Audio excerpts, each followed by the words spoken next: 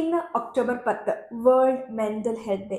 നമ്മൾ കഴിക്കുന്ന ഭക്ഷണവും നമ്മുടെ മനസ്സിന്റെ പ്രവർത്തനം നമ്മുടെ മാനസിക ആരോഗ്യമൊക്കെ അങ്ങോട്ടും ഇങ്ങോട്ടും റിലേറ്റഡ് ആണ്.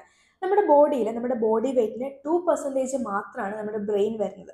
എന്നാൽ നമ്മുടെ ബോഡിയിലുള്ള 20% എനർജി യൂസ് ചെയ്യുന്നത് ബ്രെയിൻ തന്നെയാണ്. സോ ബ്രെയിനിലുള്ള ചില ന്യൂറോ ട്രാൻസ്മിറ്റേഴ്സിന്റെ പ്രൊഡക്ഷന് വേണ്ടിയിട്ട് ഡെയിലി ബ്രെയിനിന് ആവശ്യമായിട്ടുള്ള കുറേ ന്യൂട്രിയൻസ് ഉണ്ട്. Omega 3 fatty acids, iron, zinc, magnesium, vitamin B complex പോലുള്ള ന്യൂട്രിയൻസ് ഡെയിലി നമ്മുടെ ബ്രെയിനിന് വേണം.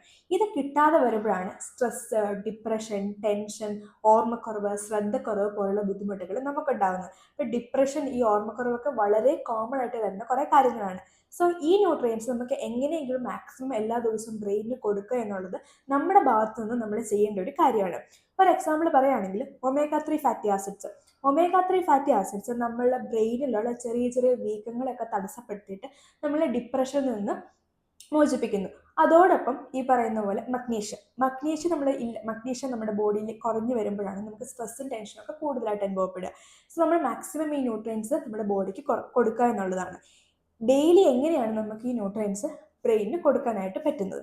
ഒമേഗ 3 ഫാറ്റി ആസിഡ്സ് അടങ്ങിയിട്ടുള്ള സാൽമണ്, ചൂര പോലുള്ള ഫിഷസ് കഴിക്കുക. വാൽനട്ട്സ്, ഫ്ലാക്സ് സീഡ്സ്, അതേപോലെ തന്നെ ചിയാ സീഡ്സ് ഒക്കെ ഒമേഗ 3 ഫാറ്റി ആസിഡ് റിച്ച് ആണ്.